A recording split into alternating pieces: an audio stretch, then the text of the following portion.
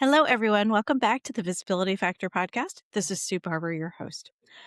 I am so excited today to talk to my guest, Monica Lebron, who is part of the book workshop, along with many others that I know that you've been introduced to.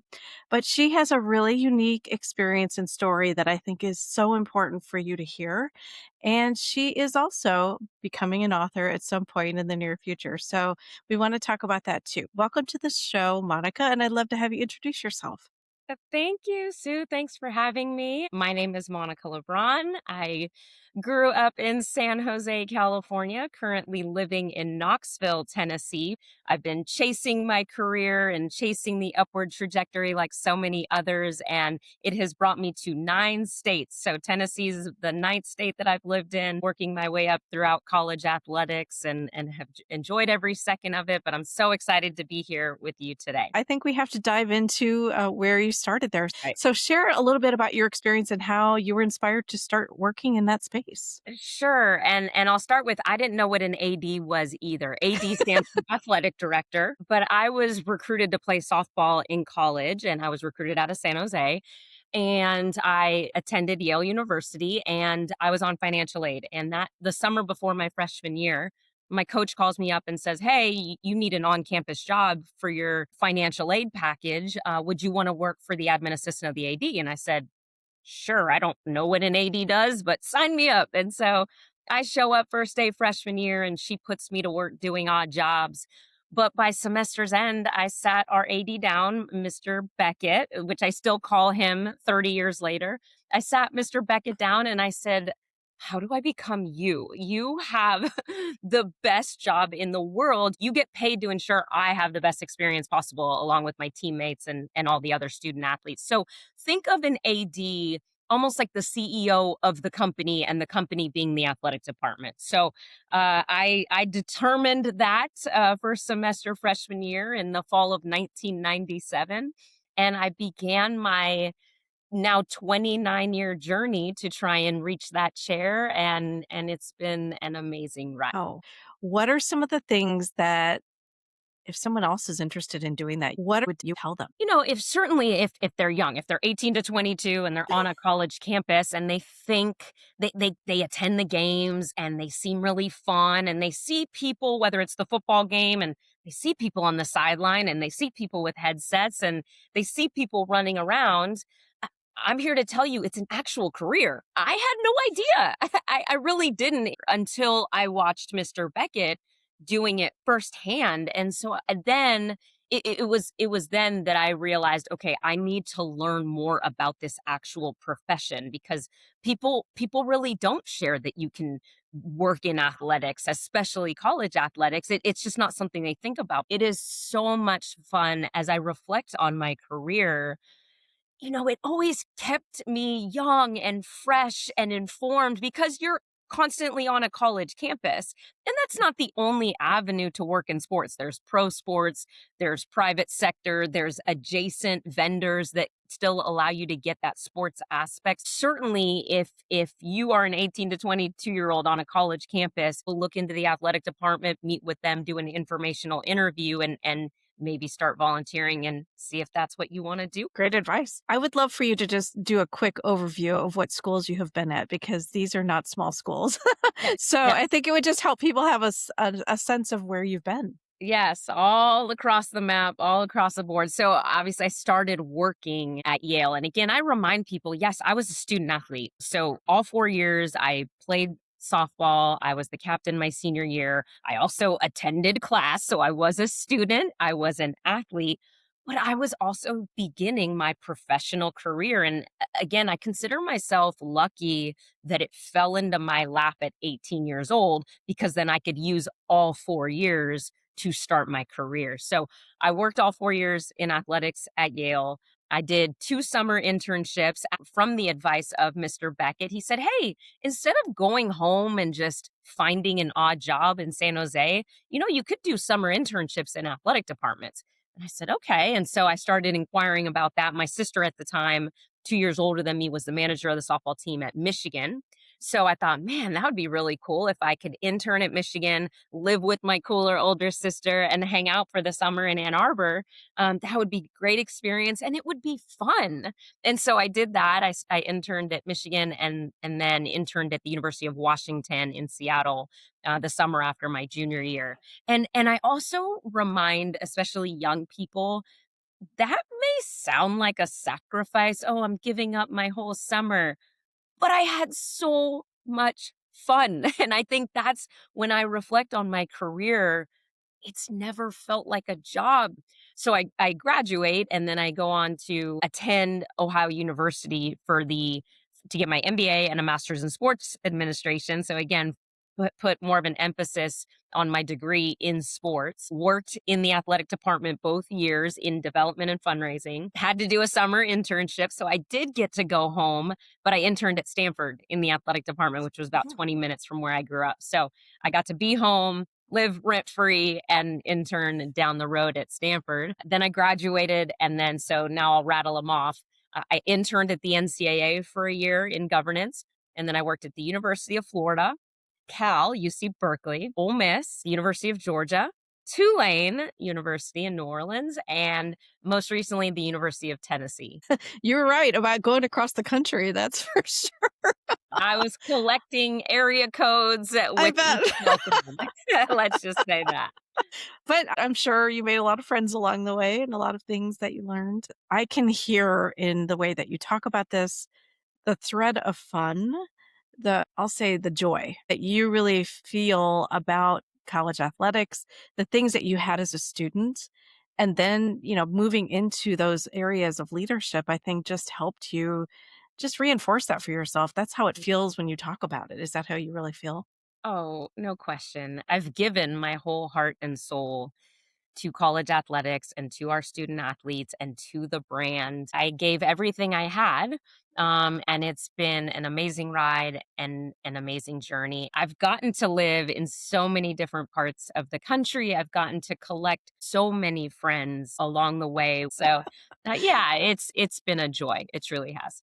That's really cool. Well, I think a lot of people would be envious of being able to do that and do something that you love. So let's talk about what your decision was after leaving Knoxville. Yeah, so a little over 2 years ago, I went on a sabbatical. I had never taken a break in my career. I went 27 straight years, and if you have ever worked in college athletics, there just isn't much downtime. Everything is dire, and so you're attending every game, you're working nights, you're working weekends, and you get a quick vacation in July and then the hamster wheel starts again. And when you're so passionate about what you do and when you're enjoying it, it it doesn't feel like a job. Now, that doesn't mean it's healthy, and I'll talk about the last 2 years of my life and the sabbatical and the reflection that I've been able to have on my entire career and the perspective that this has given me being off the hamster wheel. Again, when you're in it and you love it, you don't recognize that anything is unhealthy. You keep forging ahead. But this memoir that I'm writing, it's a lot about the last 2 years of my life and this sabbatical, certainly the lessons it has taught me and the lessons that I hope to share with the reader. The last 2 years have been amazing. They've felt like this gift of time that I've allowed myself to have, and we'll probably get into how type A I am. So for you type A listeners, you know that this isn't normal for us to Mhm. just be hanging out, but it truly has been a gift. I mean, I'm sure you've never known another way, honestly, right? And so I'm just curious. Now you're on sabbatical officially. What was that like? Yes, again, for you type A listeners, I have lots of tips and tricks for you. As the sabbatical was approaching, and I had about a month to really almost psych myself up for it, I had to share with people who know me best. I had to tell them, please force me to have fun. It sounds crazy for you listeners who like to have fun, and that's easy for you. You're gonna think, is this lady crazy? Like, why is that hard? But again, when you're this workaholic that puts work first, second, third, and fourth, you have to convince yourself to say yes to the outside world, to travel, to visit family, to spend time with friends. It's not that I didn't have fun in my local community. I love a great dinner out. I love social gatherings. But the thought of, hey, why don't you take that trip to Italy that you've been planning for years? Or why don't you go visit your college roommate who lives clear across the country in Portland and your work schedule doesn't allow you to make time for that. I had to share with the people closest to me, please hold me accountable to have fun and to utilize however much time this sabbatical is going to last. I need to utilize the time wisely and almost make up for lost times and say yes to that event and say yes to that trip and say yes to those friends. And so when day one hit, I had the right mindset and I really approached it with a joy that, again, I wouldn't say the 27 years prior were not joyful. They were, but this was gonna be a different sense of joy. And now 2 years later, I don't regret it for 1 second. I have approached new goals and new dreams that I didn't make time for because I had the dream of being an AD. So it's not like I wasn't chasing other dreams, but I always wanted to write a book. Well, when was I going to find the time? And Mm. so, the sabbatical has unlocked this writer in me that now I have the rough draft of 4 books. So, Oh my gosh. yeah, and we'll get into that, but it truly has been this gift of time, and I'm enjoying every second of it. Really cool. I'm just thinking about you were in positions, right, where you were in the spotlight also quite a bit. And now you've gone from a big spotlight to maybe a quieter one. How does that feel? I talk about it in the book. One of the things that I did, especially in that first year of sabbatical, I made sure to stay relevant in college athletics because at the end of the day, I do want to work again, and not only do I want to, I have to. I'm too young to retire. I don't have some trust fund waiting for me. So at some point the money runs out, and so I will have to work again. But I promised myself that I would be selective in the next opportunity I chose, and that's why 2 years later, I still haven't truly selected the one spot that I'm going to. I've had offers, I've had opportunities, I've had invitations. And because I didn't think they were the right fit, I turned them down.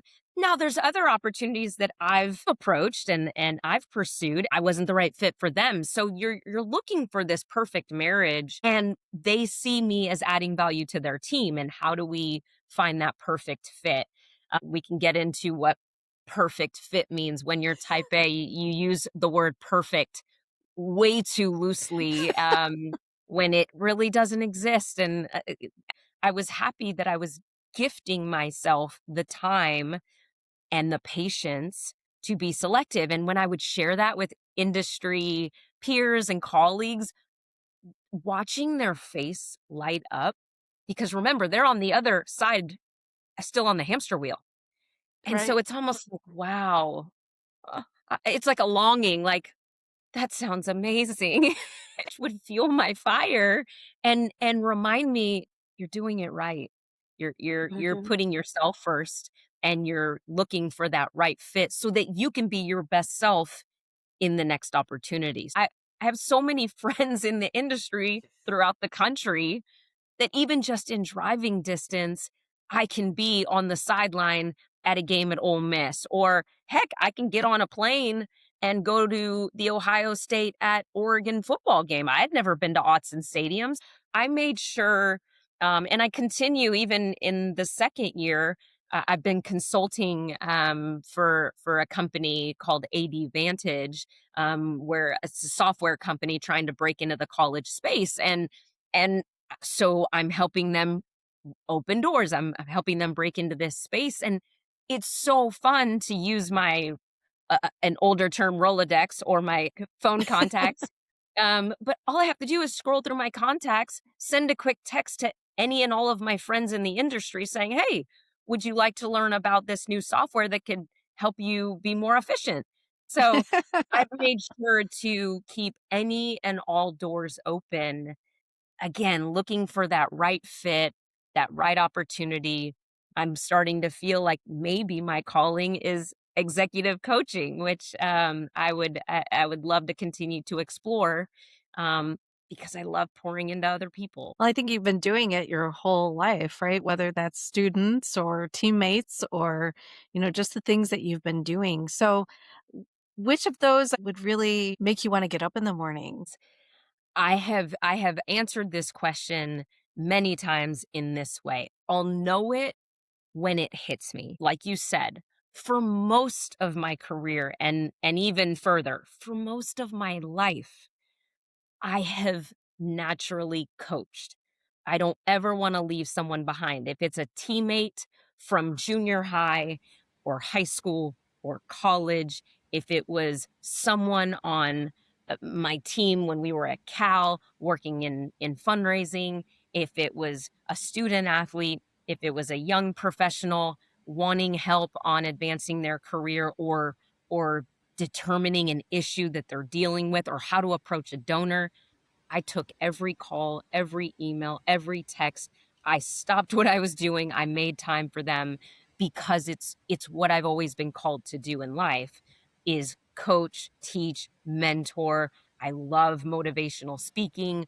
And so now in these 2 years on this sabbatical, I've still continued to do that with people in the industry who need my help. I take every call, every email, every text, and I make time for them if they're in a job transition, if they're looking to take the next step in their career.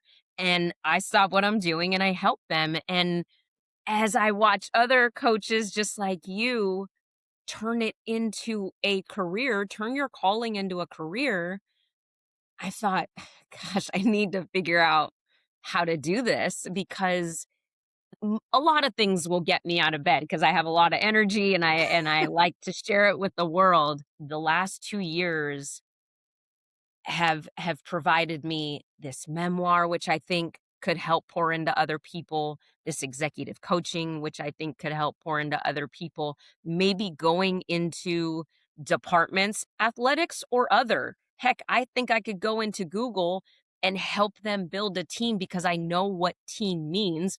That's another one of the books that I've written a rough draft for is creating that positive corporate culture, which always positively impacts the bottom line, but or motivational speaking, and I do think all of those, if we get back together in a year or 2 and we're reflecting on this conversation, I hope I'm saying, "Wow, Sue, I made it. I did it. Thank you. Thank you for being the impetus and helping me launch what I was always called to do."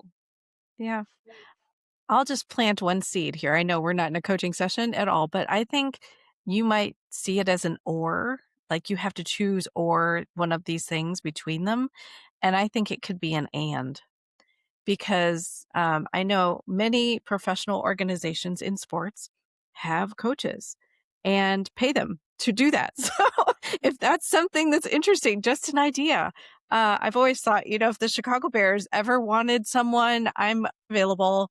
I'm Yeah, nearby. I would love to go have conversations because, I haven't been in the world of sports, but sometimes that's okay, right? Because it I'm is. looking at it from a different perspective. So you going into Google is the same, right? Where you have come from different industries, but it's all about the same culture, team, helping people grow as leaders. So I can't wait to see what's next for you. Honestly, I'm so excited. And I think you definitely have a calling as a speaker for sure. No problem.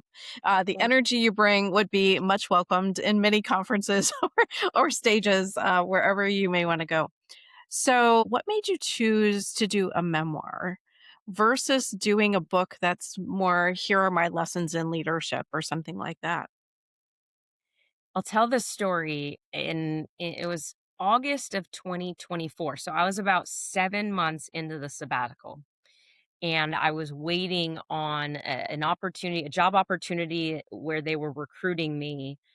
They weren't moving fast enough. So if you get to know me, you'll also know that I move at warp speed. I want things yesterday. I lack patience. So again, that's something you should know about me, because as I'm talking about being patient for the right opportunity, it's like, who is this girl? Like, she's not patient. Like, what? So I'm proud of myself and the last 2 years of who I've been and who I've become or am becoming. And so I found myself, because I want and I will myself to exist in a positive state all all the time, like almost all the time. And even if something gets me down, I just don't let it last very long. I found myself getting really frustrated with their slower pace. And so I thought, okay, you're getting off your path. And it was right around the time of the Summer Olympics. So I said, okay, you will watch the Summer Olympics for the rest of the week. It'll be over. And then come Monday, you're going to sit at your dining room table and you're going to start writing your life. Just start writing. And I gave myself a task.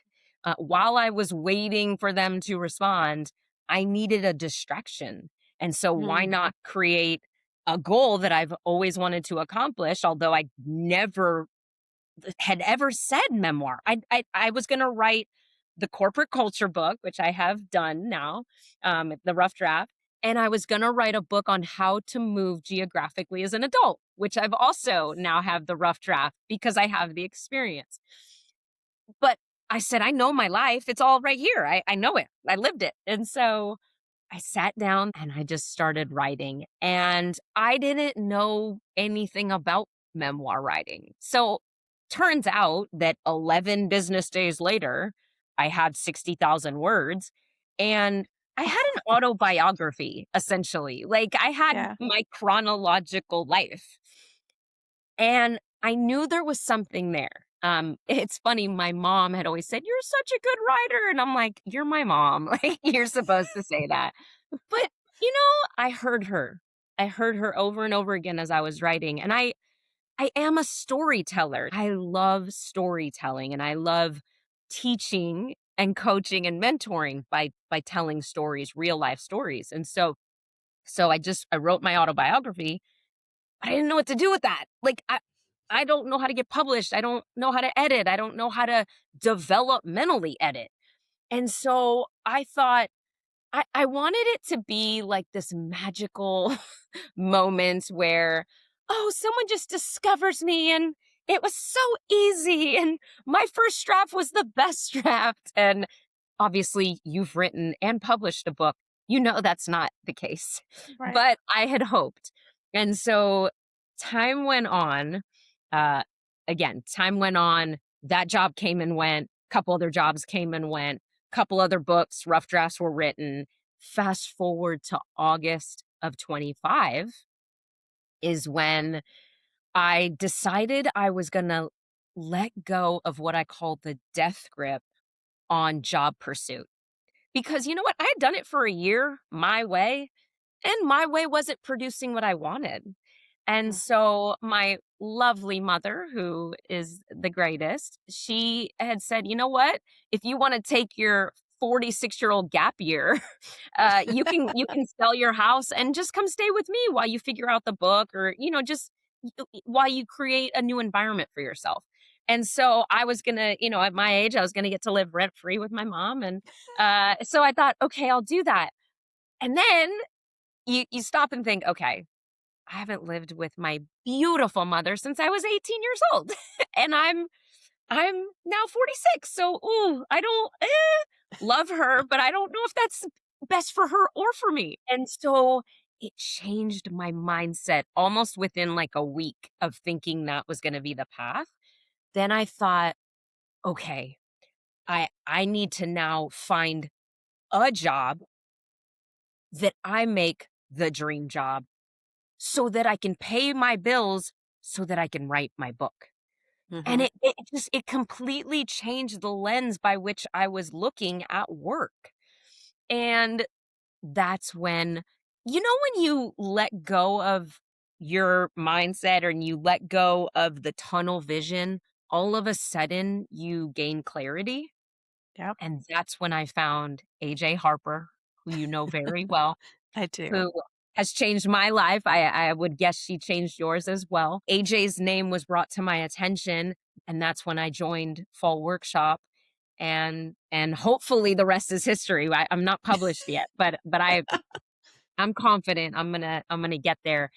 And then it was through Workshop that she has taught me what memoir really is. And so now it's almost like I have autobiography 1.0 and memoir 2.0, and now I have to figure out how they meld together. And I will. And with AJ's help, I'm going to get there, and I'm working on it every day. And but that's ultimately, it almost feels like, yeah, it's memoir, but it's a bit of a teaching memoir where I am teaching people that, look, if you've woken up and you're in a job transition, let me help you by telling you my story, Mhm. because 1, you're not alone.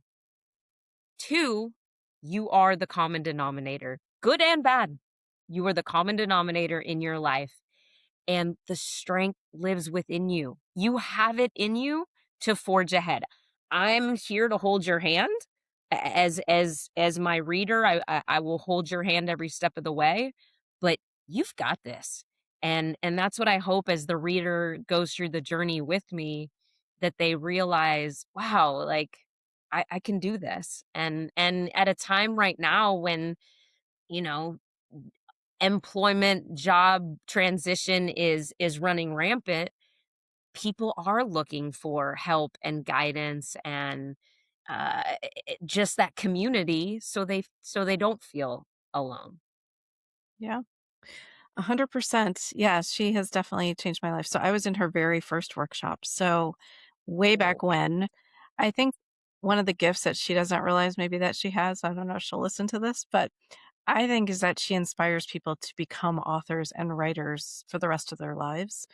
mhm. And that was definitely not my intent, and now after my second one, I'm ready for the third one. So, it's just a part of us now because I think, we've seen so many great people come through the workshop and what they've accomplished, and we wanna do that too and keep inspiring more people. I do write every morning, it's just now become part of who I am. So, I love that for you. I'm so excited for you, and kudos to you. Writing, 60,000 words in 11 days is no joke. I mean, that is no joke for anyone who's written even a page. You know that it's not as simple as it sounds. I do. I've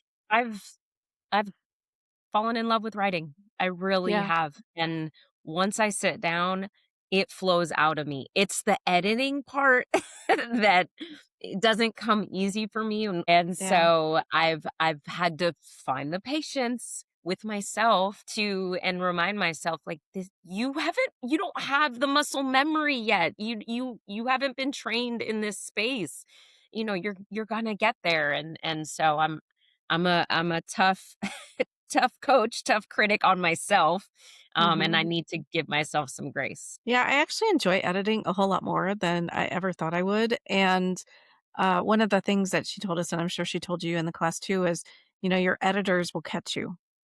And I Mhm. didn't understand what that meant until I went through the first draft of the visibility factor, and when it came back from my copy editor, I was shocked that it was the same book. Honestly, it was all my words, right? She just moved some things around or took some things out that were unnecessary, and it was just amazing. And then the second copy edit got even better. So I really have learned to let go of the perfection side of that and do my very best Mhm. to get as much editing done as I can do with my skills.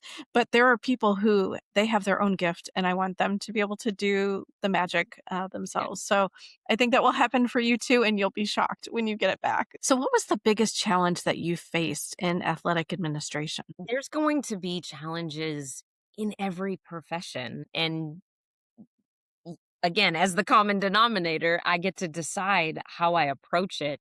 I will say one thing that my mom has tried to share with me since I was very young is you attract more bees with honey than vinegar. Mm, And so when my personality is such that when I feel there's an injustice, or I feel like someone's being mistreated, or I feel like there's a lack of equality, it's instinctive to want to, fight and want to protect and want to stand up for and want to make it my problem, even if it doesn't fall under my purview. And so what as I've grown older, and I've become more of a leader, and I've gathered more responsibility, I've tried to remember that delivery matters. And so even if you're 100% right in the fight that you're about to have, or the rescue that you're about to try and make, if if the receivers can't hear you because of your delivery, it will fall on deaf ears, and therefore you will not accomplish your goal anyway. And mhm, so what I've tried to learn, and I'm a work in progress, and I hope to continue to get better at it, is that I need to also focus on my delivery so that it can be received in such a way that we still accomplish the goal. yeah, great advice. So let's go out 5 years from now, and you look back. What do you hope will be true for you? I hope that I've been able to help so many more people, tens of thousands of people, get where they're trying to go.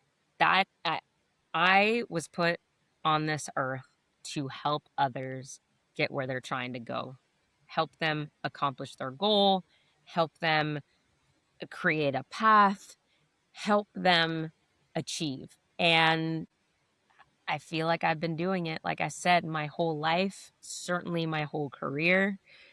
And I hope in 5 years from now that I look back and think, wow, I was able to create this path and turn it into a profession where, again, just like college athletics, not one day has felt like a job, because I'm making a difference in people's lives, and I'm helping hold their hand and get them where they're trying to go. It's pouring into someone else's cup that fills my cup. So I hope that we're talking about that in 5 years.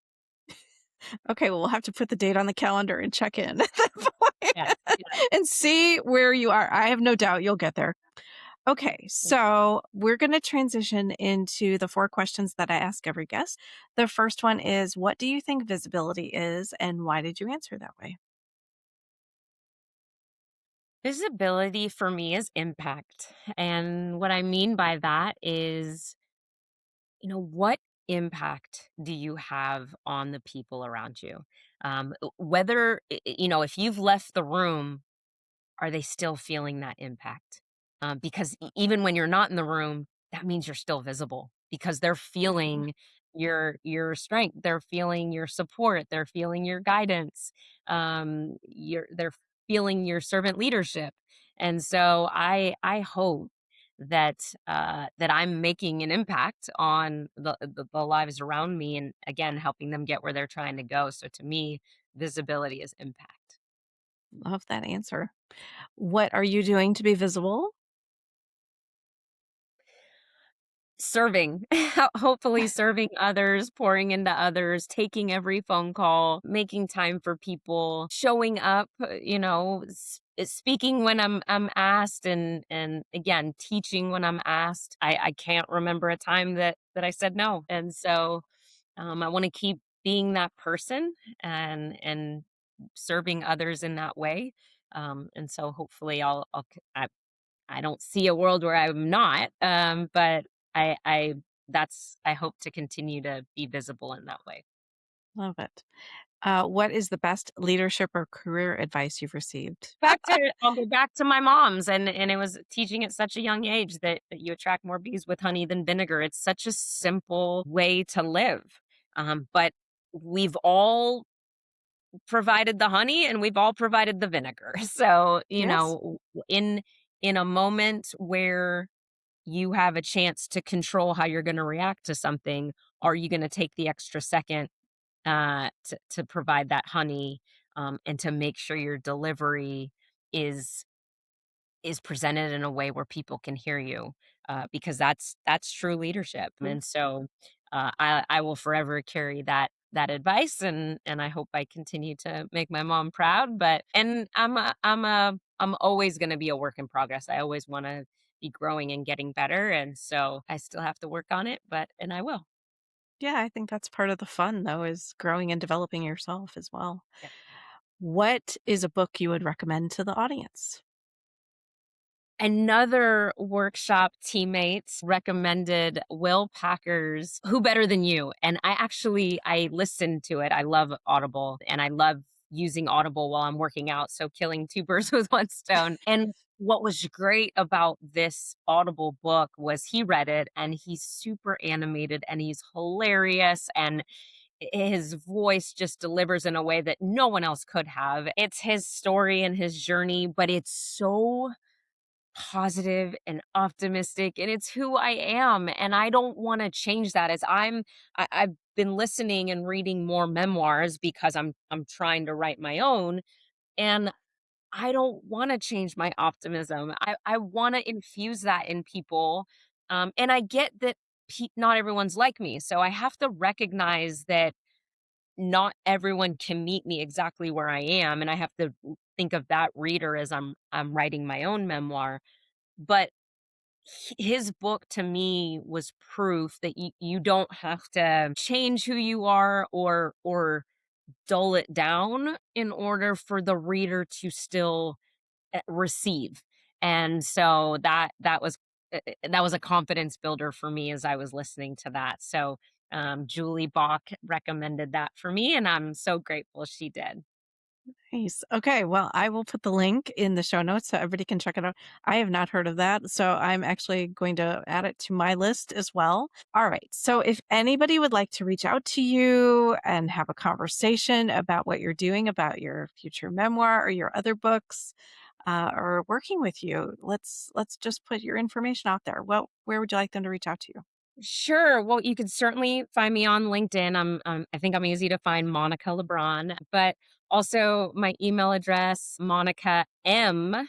Lebron at gmail.com. And at almost 47 years old, I have joined TikTok. I have listened to AJ and the rest of our writing community to say, hey, you need to share your experience with the world. You need to share your leadership with the world. You need to build your platform and build your following. And so I did. In addition to posting to LinkedIn that I wanted to help people in this coaching space, I have since begun in the last few weeks posting to TikTok under at coach dot LeBron, and that's at coach dot LeBron. I've been posting, daily or every other day, tips and tricks on how to navigate the job transition, how to navigate sabbaticals, how to navigate unemployment, wherever you find yourself. Whether, if you're struggling to get out of bed, if you're struggling to focus, if you're struggling to put a structure together, I've just dropped videos on tips and tricks that I've done so organically over the last 2 years because I'm a very type A, disciplined, structured individual, and I thought, "Gosh, I need to share this with the world," and if I reach just one person, then that's one more that I can be helping. So, please find me at coach.lebron, and hopefully I can help you, again, get where you're trying to go. I love it. So you just never know. You might get a client just for coaching out of that. Thank you for being here. I love your story. I know we've talked before, but I just find you so filled with energy and positivity and joy. And I know that your books are going to be amazing whenever they make it to the world, and everybody is going to be thrilled to read them. So thank you for being here, and thank you for just sharing all of this with everybody.